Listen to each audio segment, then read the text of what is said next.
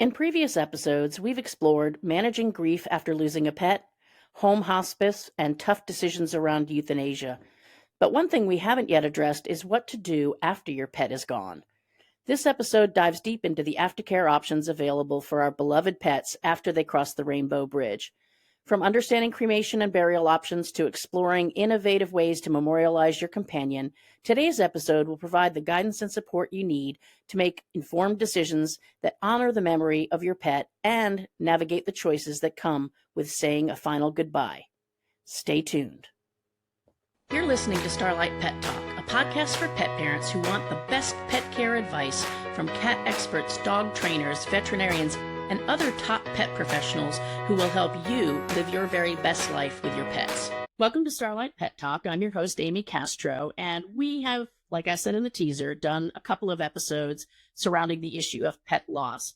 But I think in that time of anxiety, we don't necessarily always think through the process of what happens after our pet has passed. And there probably are a lot more options than we're aware of. So my guest today is Gia Kondakor, and she is the Director of Pet Loss Services at McAlister-Smith Funeral Home in South Carolina. Gia is a compassionate professional within the pet cremation and memorialization industry with a deep understanding of the love shared between pets and their owners. In her downtime, you will find her spending time with her own beloved pets, who she says have enriched her life beyond measure. So Gia, thank you for being here today to talk about this important subject with us. Thank you for having me. I love to be able to spread my knowledge. I know this is a hard thing to talk about, and a lot of people aren't comfortable talking about it. So as much as I can help families, whether it's in South Carolina or, around the world, I try and do that. And here's one of my babies here. Yeah, I see your co-guest there. Yeah, and I think having, I have mentioned this on a couple of different episodes that one of the very first episodes I did was about pet loss and grief and just managing the concept of anticipatory grief. Like if you know that a pet is declining and you're going to need to make a euthanasia decision, that there's things that we can do to make that experience better for both ourselves and our pets. And I think thinking about that next step, which is after the pet has passed, what are we going to do, is something that people do need to think about in advance, because there are decisions that you might make along the way that are irreversible and then you might regret them. And I think it's the same with humans. I'll just be brutally honest up front. My husband passed away from COVID in 2020, and I still have his cremains, despite the fact that originally I had a plan of what I was going to do with them. But then I kind of chickened out because it's such a permanent decision. If you decide you're going to pour them somewhere or bury them somewhere, then that decision is made. So I felt like I just needed more time to make that decision because we hadn't really talked in great depth about it in advance. So I think having this conversation for our pets is also important along the way. So can you basically share some insights based on your experience in working with people and families? What are some of the emotional challenges that people face when they're in that situation right when their pet has passed? Everyone is different. Every family is different. Of course, that's the same with, if a human were to pass or if a pet were to pass, everyone experiences grief differently. What I have seen the most from the families that I serve, and also with going through a recent loss of my own, I lost my horse very unexpectedly. The main emotion I want to say is confusion. It's confusion, it's anger, it's a little bit of resentment. Those are some of the main emotions that people feel right off the bat. And, everyone gets told, when you're angry, don't ever make rash decisions. Right. And anger is one of the main emotions I feel that people are challenged with once they lose their loved one or their pet, which is a loved one and a family member. It's very hard to be able to sort through those emotions and those decisions when you're feeling so angry, so sad, and so confused as to why this is happening, especially if it was unexpected. Right. And that, just made me think about something, is that many times these decisions are happening. Like, I have euthanized not only personal pets, but also I run an animal rescue. So there have been animals from the rescue that have been euthanized. And in that moment, and our veterinarians are super compassionate, but after the pet has passed, it's the question of, well, what do you want to do with the remains? So, and I know that from a legal standpoint, it varies depending upon where you live. Like Sometimes you can bring your pet home and bury your pet. Sometimes you don't want to do that. When it comes to cremation, usually the options are, do you want the cremains back? Do you want them cremated individually? Do you want them cremated with a group? And you're making these decisions really, really quickly without necessarily any particular guidance, because obviously I don't think our veterinarians want to push us in one direction or the other, because it is many times a permanent decision once you make it. So how is it that you're able to help people kind of navigate some of that decision making? Yeah, so we're a full service funeral home. So we do both humans and pets. And basically we take a funeral home approach to our pet cremation. So even with our veterinarian partners that we have that use us for cremation services, when the family or the vet is filling out that cremation authorization sheet, there's three options. There's cremation with return, communal cremation, or cremation type undecided. And what that option allows is for the family to take some time, because in that moment when they're saying goodbye to their pet, the last thing they want to think about is making any sort of decision at all, except for just focusing on saying goodbye. So a lot of vets will do what's called like vet billing, where that family will have to make a decision, and then that family pays the veterinarian for the cremation services. So they have to make that decision right then and there. We cut that out of our processes. So the family does not pay the veterinarian for any cremation services. And that allows us to take over with the family, with the communication. Once that euthanasia has taken place, the pet's transferred into our care. It gives them a little bit of extra time to, to go home, to grieve, to feel a little bit, to take in everything that's happening. And then we get to walk them through all of those choices. So that's a little bit of how we do things, which makes it a lot easier for families, and it makes them feel like they're not being pressured or pushed or expected to make a decision right off the bat when they really don't know, or sometimes it's their first time they've ever had to do it, and it can be overwhelming. It's good to know that there are those options, that some of these decisions don't necessarily have to be made immediately, because there probably are options even beyond what our veterinarian might initially offer. Just and correct me if I'm wrong, but what I'm thinking, like I'm in Houston, and so I'm quite sure that my veterinarian contracts with a pet crematorium, and there are certain levels of services, but not necessarily full-blown services like there might be, although there could be, that you might offer. So if somebody wants to do more than just the options offered to their veterinarian, is that an option where I can say to my vet, hey, I'd like to go home and think about it and possibly contact a full-service funeral home to do something more with my pet? Is that usually something doable?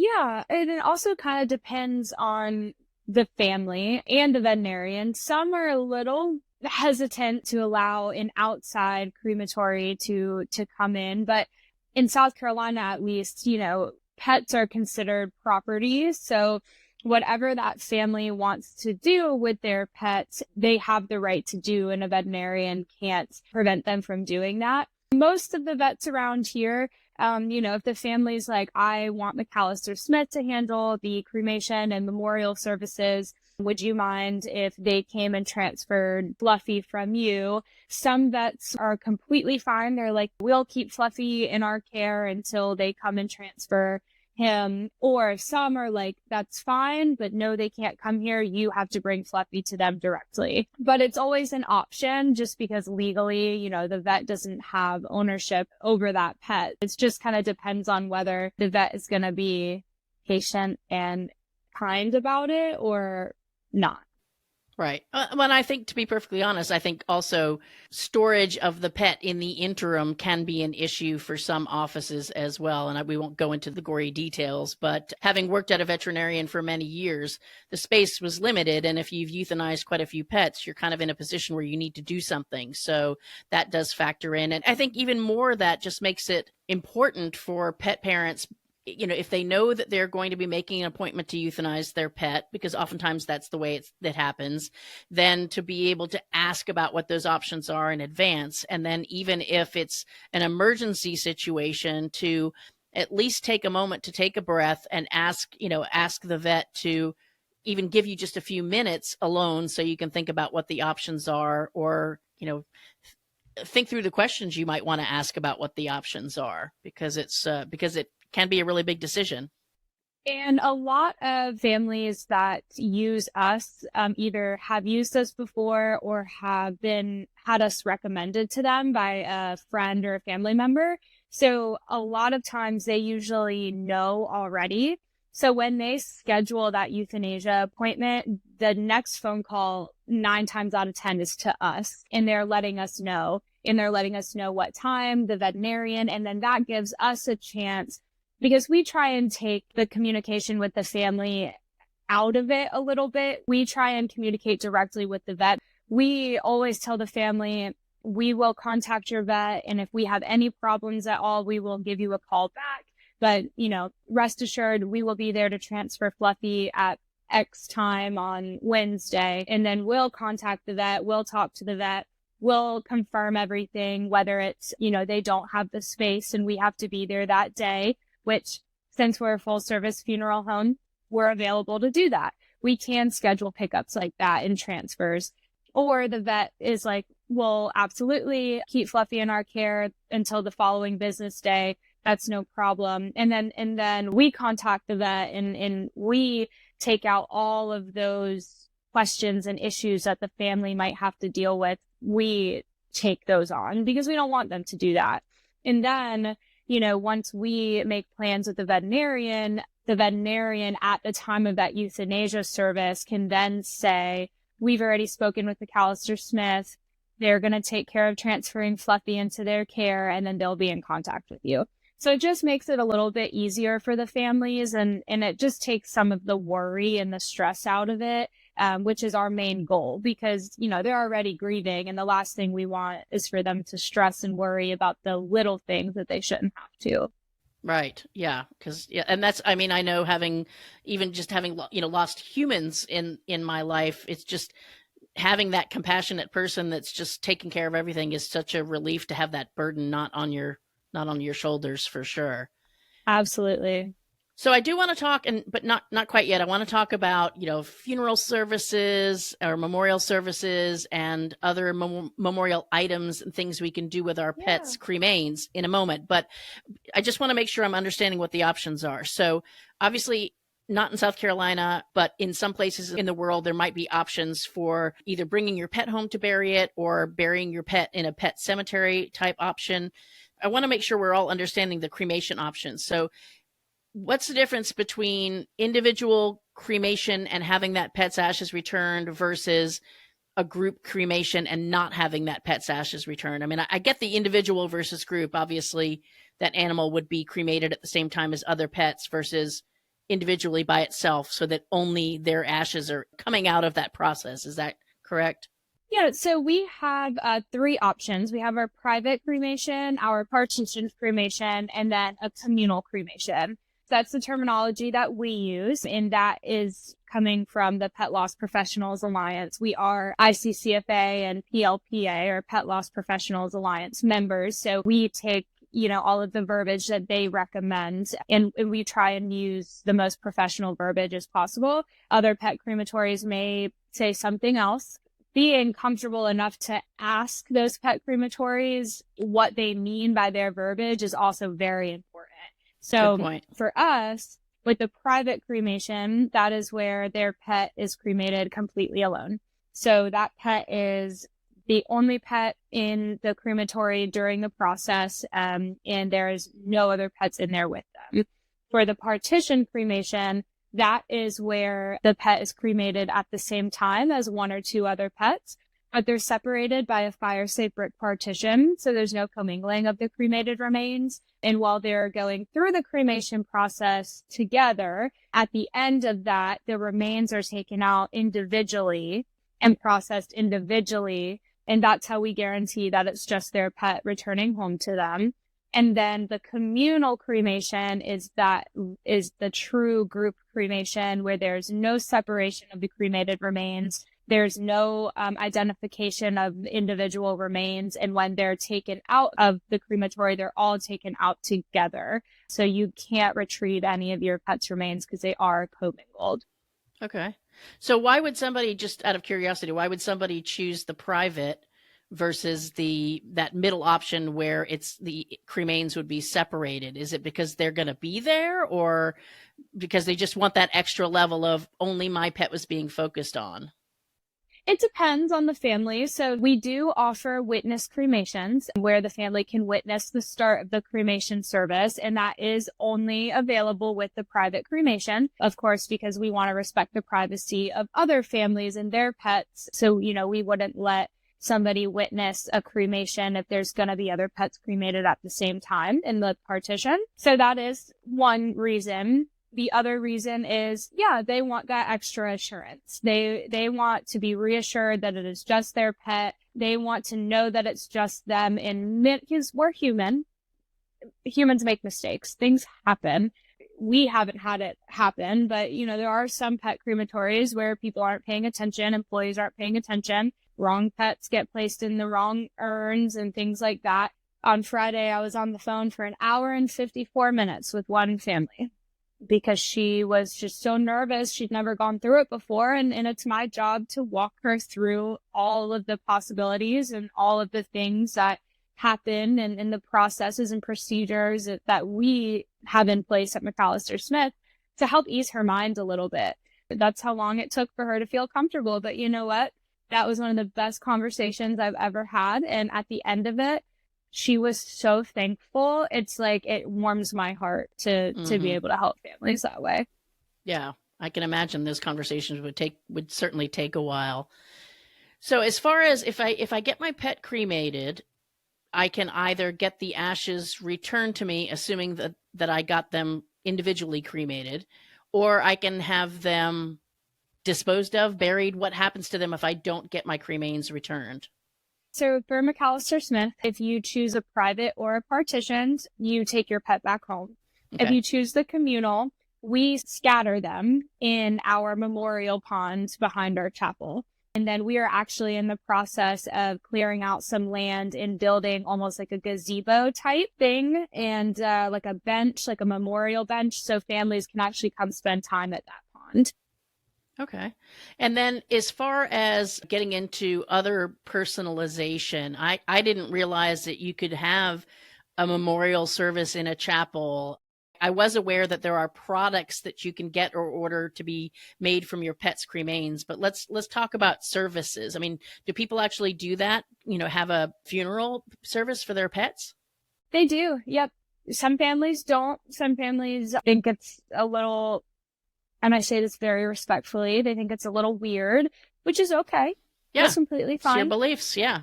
Other families, they use it as a time to support each other, to hold each other up, to say goodbyes, to be able to safely and comfortably grieve in a place that they know that nobody in that building is going to say, it was just a dog. It was just a cat. Mm.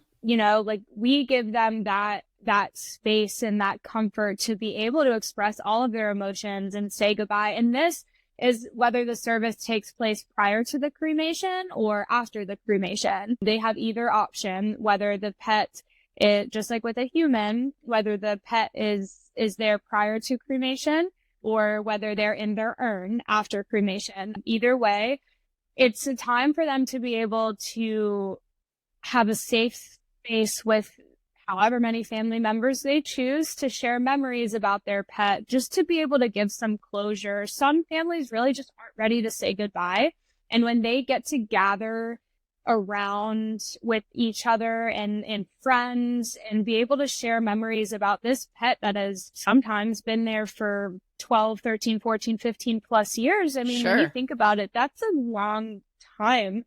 Especially if they have children that, that pet was around when that child was born. When you think about all of these things and you're able to allow families to come together and use your space to remember all of these things that they might not have remembered at the time of the euthanasia, or if the pet passes unexpectedly, they're not thinking about all of those things. So allowing them to use the space when they're in that certain moment and certain step and stage of grief, they can actually sit back and enjoy, I don't want to say enjoy themselves, but be able to smile and laugh and cry and remember happy memories it's really heartwarming to be able to watch families and watch the difference in their emotion, their emotional state, and their body language when they first walk in to say goodbye to when they're leaving after that service. A lot of times they're completely different people just because you gave them that moment to take, sometimes it's 10 minutes, sometimes it's 30, sometimes it's 2 hours to say goodbye and be able to reflect on the last however many years that pet was in their life. And it's amazing to watch and see. And it's also amazing to be able to support families through that and be able to guide them.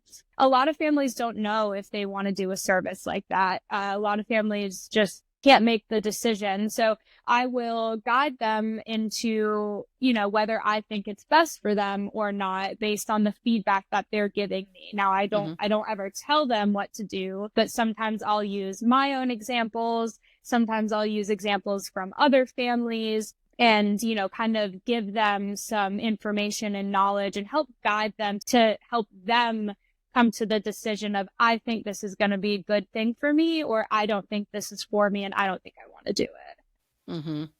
It sounds like almost it could be anything when you talk about 10 minutes to 2 hours. I mean, it sounds like it could be almost anything from we get the family together to just see Fluffy one last time out of pain, resting, and visit with him or her, to anything from, did people actually have like a minister or somebody that would come in that would like lead an actual service like we're more used to from a human standpoint?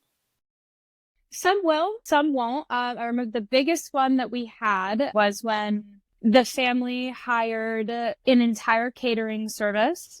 I laughed because they were just the best family ever. They were the sweetest couple ever. And they had about 50 to 65 people in our chapel, and they had pictures everywhere, and we gave them flowers. And it was just so beautiful to watch them celebrate their pet like that. And they had everything. They didn't have a minister or anything like that, but they had a catering service, everything that you could think of, they had.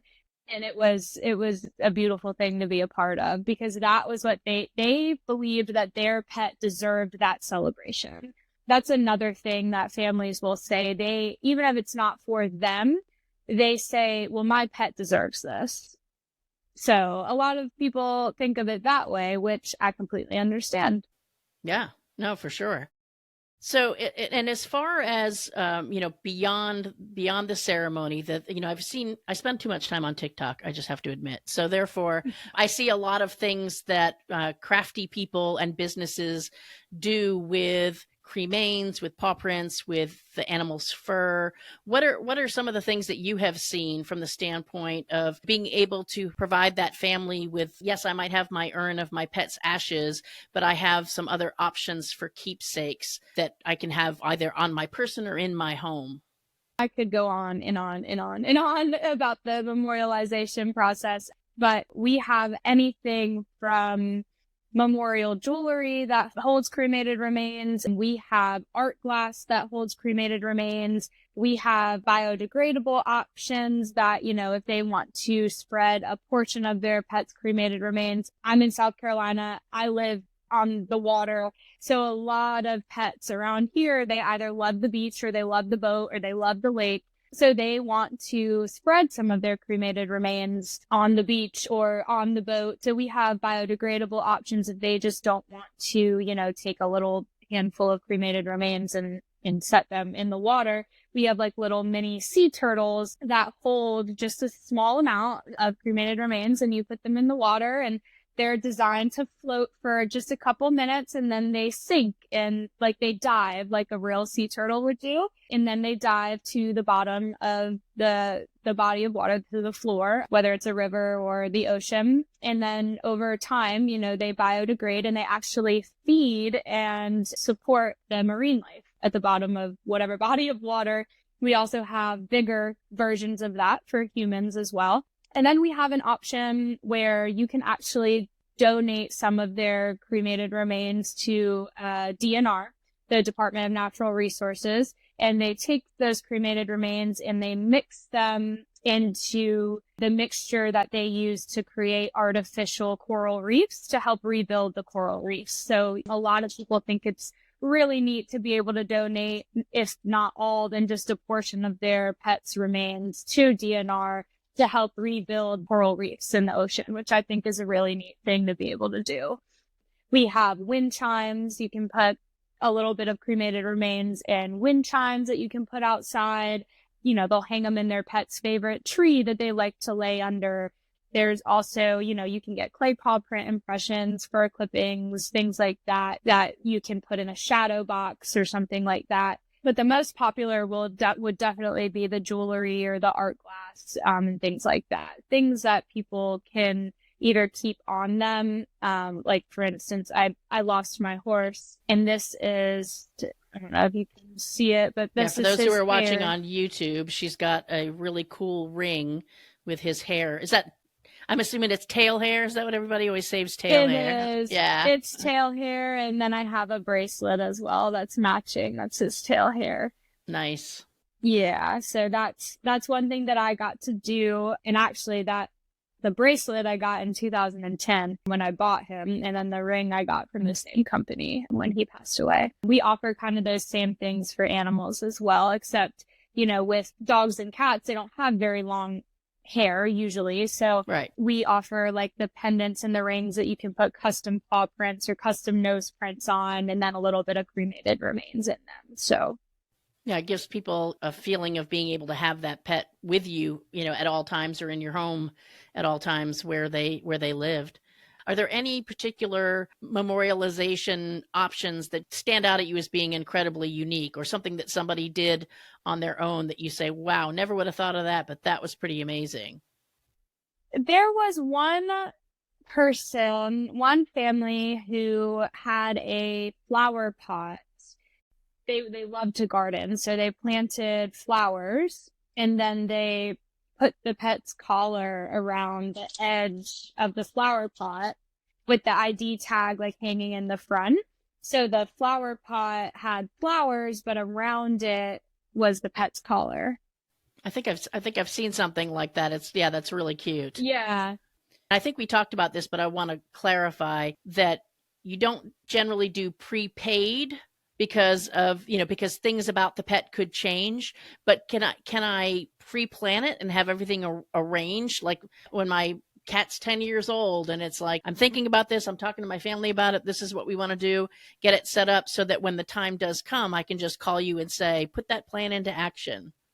Yeah, so we don't recommend prepaying for services for pets. So for humans, of course, doing we call them funded pre-needs. That is something that's very, very common and very popular. But the pricing for humans isn't varied like it is with pets. Like, it doesn't vary based off weight. It's a standard price depending on the services that you choose. For pets, the pricing varies. The pricing varies based mostly on the weight of the pet. So say you have a 50-pound dog and you want to go ahead and pre-plan and prepay for services. Right now, the partition cremation is, say, $235, but your pet then goes through chemotherapy because he was diagnosed with cancer, and that's why you were pre-planning. And your pet lost 10 to 15 pounds. He now weighs, 35 to 40 pounds, and the partition cremation is $175 instead of $235. That's why we don't recommend prepaying, because things like that with animals can happen. But pre-planning and knowing what you want to do, or having an idea of what you want to do, we always recommend. Right. And do you have resources on your website where somebody, because obviously I'm in Texas, you're in South Carolina. Are there things on your website that I could look at that would prompt me of what to think about and what questions to ask? There's some. Right now, we're still revamping. So I am working on putting some more resources on there for anticipatory grief is a huge one. Making sure that they have resources for euthanasia purposes, in which we do have this already, but the vets that we partner with, the hospice vets that we partner with. But I am making a page that's going to be fully dedicated to, if my pet passes unexpectedly, here are resources that I can refer to help me through that process. If my pet is euthanized or if I am planning to euthanize my pet, here are resources. Okay, great. So, Gia, to wrap things up, is there any final advice or information that you want to provide our listeners about what we've talked about today or about managing the process of aftercare for our pets? Make sure that you're comfortable taking your pet's aftercare into your own hands. Always feel comfortable to speak up, always feel comfortable to say, you know what, I want to do X, Y, and Z. And if you don't offer this, or if you can't help me find a place that offers this, I'm going to do that on my own. Always feel comfortable to be able to say, no, I don't want that, or no, I want to go with somebody else, because they can't force you to do anything that you don't want to do, and they can't force you to make decisions right off the bat. And feel comfortable discussing it, and feel comfortable calling around and asking questions, and feel comfortable pre-planning. A lot of people, I will recommend, if their pet is getting older, I'll start to tell them, pre-plan, start to think about what you want to do, because it's easier to think about it prior to their passing. And even if you don't use us for cremation services, but you have questions about anything, please call us, because that's what we're here for. We're not just here to get your business. That's not what we're here for. We are here to help the community and support the community and spread knowledge that the community wouldn't know about. And if anybody tries to tell you no, or says that, we can't answer that question unless you're using our services, they're not the right place for you, because any true supportive pet crematory will answer questions and support you even if they don't get your business. I know we dove into the website a little bit, but our website does have resources for our memorial products and things like that. If, anyone wanted to look at our memorial product page, that's just a little bit of what we offer. You'll see some of our jewelry options, our art glass options, our biodegradable garden selection options, where you can get river rocks and things like that. Anything that you would want to personalize, you'll see that on our website. That is a resource that they can go and look at. And even if they can't find anyone around them or around their area that offers those things, even if they didn't use us for cremation services, they can order memorial products from us, and we'll help them with doing that. Okay, good point. Good to let people know. And we'll make sure that we put a link to your website on the show notes so that people will have access to that. Absolutely. And like I said, it's an honor to be able to help families and to support families during this time. And as a professional and as somebody who is also an animal lover, it's very important to be able to know your options. And it's very important to be able to feel comfortable talking about an uncomfortable situation and an uncomfortable topic. And I think around not just pets, humans as well, I think it should be a more common discussion, because it's inevitable and it's a part of all of our lives, whether we have to experience it young or middle-aged or old. Everyone has to experience it at some point in time in their life. And for something that is so wildly cemented into the human life, it's so unpopular and it's so uncomfortable of a topic. I think that should change across the board, not just for pets, but for humans as well. Yeah, and I think I had mentioned to you in our pre-conversation that the episodes that we've done, it's turned around, but in the beginning, that very, very first episode, I think it was literally episode 2 of the podcast, was on pet loss and grief. And I thought it was freaking awesome. Like, it gave me goosebumps doing it and even now listening to it. But for the longest time, it was like the lowest downloaded episode, because I think people want to avoid talking about it. But I think if you don't talk about it, you don't think about it, you don't do some planning towards it, you're going to regret it when the time has come, because you don't have that foreknowledge to make appropriate decisions. So hopefully people will listen to this episode and start that conversation going for sure. Yeah, absolutely. And I'm always available to talk to families directly to, if anybody listens to this episode and they have extra questions or more questions that maybe Google or our website or I didn't answer in this episode, I want everyone to feel free to reach out to me directly to answer any questions. The one thing, I would say is just be comfortable being able to tell people, maybe to you, it's just a dog, or it's just a cat, or it's just a guinea pig. But to me, this is my best friend. This was my everything. Be comfortable being able to tell people that. Don't let people change your mindset about how you feel about your animal. Your pet is your pet, and how you want to go through that grieving process is 100% up to you. I owned my horse for 15 years. I had him since I was 10 years old, and I'm 26 now, and he passed away this past New Year's Eve, very unexpectedly. I was 25. I still kind of am a little bit speechless, but when I got that phone call, I do this for a living.